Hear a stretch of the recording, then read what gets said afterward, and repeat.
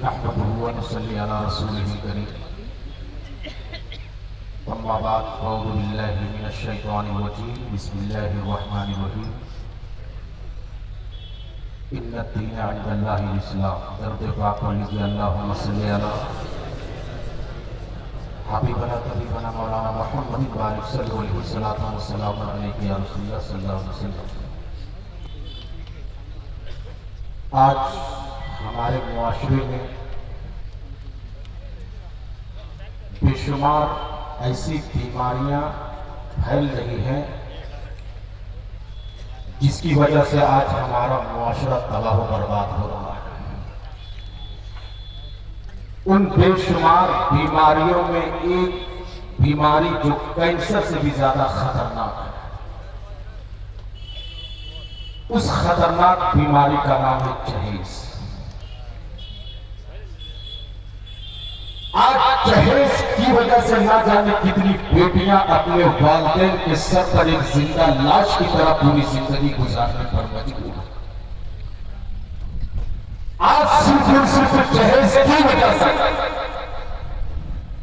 ना जाने कितनी बेटियां गैर के साथ निकाह करने पर मजबूर है। आज सिर्फ जहेज की वजह से ना जाने कितना गरीब बाप अपनी जमीन और जायदाद बेचने पर मजबूर है। आज जहेज की वजह से ना जाने कितनी बेटियां खुदकुशी करने पर मजबूर है। इस्लाम के पेटों एक जहेज की वजह से एक गरीब बाप अपनी जिंदगी कैसे गुजारता है शायद आपने महसूस नहीं किया। जहेज की वजह से बेटियां आज हमारे मुआशरे में घुट घुट कर जिंदगी गुजारती हैं। जहेज के नाम पर अपने बेटों को बेचने वाले मुसलमानों एक गरीब बाप के सर पर जहेज का कितना बड़ा बोझ होता है शायद आपने महसूस नहीं किया हो। हमने देखा है कि जब किसी गरीब की यहां बेटी पैदा होती है वो गरीब बाप अच्छा खाना खाना चाहिए। एक गरीब के यहां जब बेटी पैदा होती है वो गरीब बाप अच्छे कपड़े पहनना छोड़ता है। क्यों मालूम? ताकि बेटी की जहेज के लिए वही रकम जमा कर सके। और बेटी की शादी का वक्त जब करीब आता है तो वो बाप जो सब धूप की तपिश में गरीबी के आलम में एक पुराने पंखे के नीचे अपनी जिंदगी गुजार देता है, वो बेटी की शादी में एसी और कूलर जो गरीब बाप अपनी गुर्बत की वजह से अपने घर में कभी वॉशिंग मशीन और फ्रिज तक का इस्तेमाल ना वो अपनी बेटी की शादी में एसी और कूलर क्यों? ताकि ससुराल वाले लोग उसकी बेटी की गुर्बत का कोई मजाक ना हो सके। और बेटी जब ससुराल जाती है सामान में कुछ कम पड़ जाता है, लोग बोलते हैं कि तेरे बाप ने कुछ भी नहीं दिया। अरे तुमको तेरे बाप ने कुछ भी नहीं दिया। मुझसे पूछो कि उसके बाप ने अपनी जिंदगी की सबसे बड़ी कमाई अपनी लाडली बेटी को दे दी। अरे तेरे बाप अपनी जिंदगी की सबसे बड़ी कमाई जो अपने दिल के टुकड़े को तेरे हवाले कर दिया और कुछ नहीं किया। लेकिन इसका एहसास अभी आपको नहीं होगा जब आप भी एक बेटी का बाप बन जाओगे और अपनी बेटी को विदा करोगे। उस वक्त महसूस होगा कि आपने दुनिया की सबसे बड़ी दौलत इसे अजनबी के हवाले। एक आखिरी पॉइंट और मैं गुफ्तगू खत्म करना चाहता हूं। आज जहेज की वजह से हमारी बेटियां गैरों के साथ भाग गई। अगर किसी की बेटी भाग गई लोग उसके वालिदैन को ताना देते हैं कि तेरी बेटी भाग गई।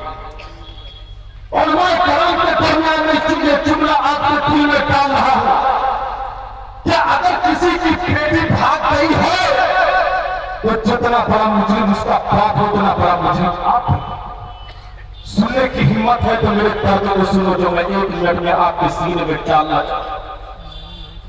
एक गरीब की बेटी जब भाग गई तो किसी ने उस बेटी से कहा, बेटी अरे जिस बाप ने सब धूप की तपिश में मजदूरी करके तेरी में रहकर मजदूरी सिर्फ तेरे लिए किया, तूने अपने बाप की इज्जत की फिक्र बिल्कुल भी ना की। वो बेटी ज़ारो कतार रोने लगी और बेटी इंटरव्यू में कहती है कि यह हकीकत है कि बेटी के लिए दुनिया की सबसे बड़ी दौलत अगर है तो बाप की इज्जत है। वह बेटी कहती सलाम का बेटा सुना, दुनिया की जितनी बेटियां सारी बेटियों की एक ख्वाहिश, दुनिया की जितनी बेटियां सारी बेटियों का सपना है वो भी दुल्हन बने। वो बेटी ज़ारो कतार रोने लगती है और कहती है कि जब मेरी उम्र शादी की हुई तो कई रिश्ते हमारे घर में आ गए और सारे लोगों ने यही कहा कि मैं निकाह इस शब्द पर करूंगा कि जब तुम जहेज दो। गुर्बत का तो ये आनंद है कि मेरा बाप एक वक्त खाता तो एक वक्त सोचता।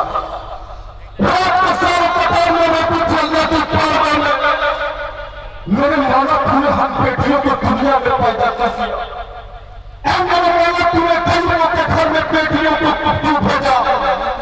अगर दुनिया में बेटियों को पैदा होना जुर्म है, मौला तूने बेटियों को क्यों भेजा?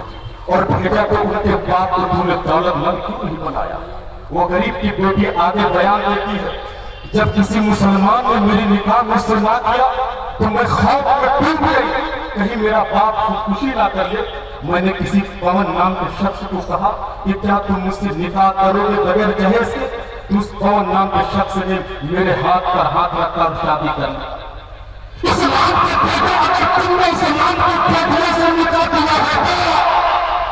बगैर डिमांड और बगैर जहेज के तो आज पूरी बेटियां गौरव के साथ ना भागे।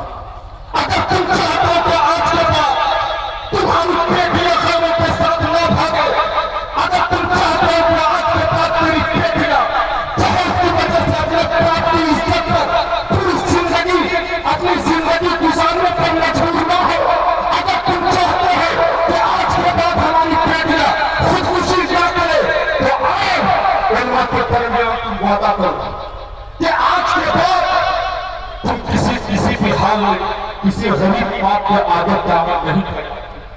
वादा करो कि आज के बाद किसी गरीब बाप के आगे तुम अपने हाथ को नहीं फैलाओगे।